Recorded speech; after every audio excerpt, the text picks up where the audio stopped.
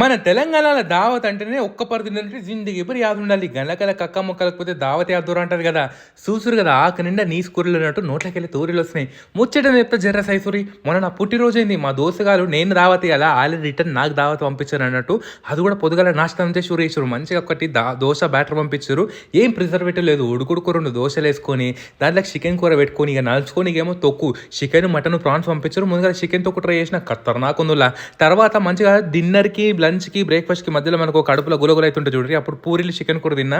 ఈ చూసిరా యాదకి పెట్టిరా ఇవి మక్క గోడలు అన్నట్టు చూడంగానే మన ఆయనమ్మ యాదకి వచ్చింది. మస్తు వదిలేంది. అరే ఈ తెలంగాణ మనకు మక్క గోడలు అయితే మర్చిపోయినట్టయింది. గీళ్ళు సర్వ్ చేసినట్టు ఇక లంచ్లో ఏమో క్రాబ్ ప్రాన్స్ చికెన్ ఫిష్ బి చేసిరు బగారా బువ్వ.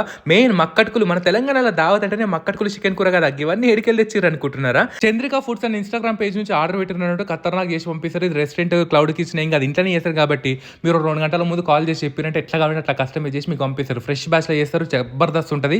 కావాలంటే ఇట్లా కాంటాక్ట్ డీటెయిల్స్ ఇస్తున్నా అలా ఆర్డర్ పెట్టుకోండి. స్విగ్గీకి గేమ్ లేదు, ఫోన్ చేసి వాళ్ళే పంపించేస్తారు అన్నట్టు. ఖతర్నాక్ ఉన్నాయి ఏమంటున్నా.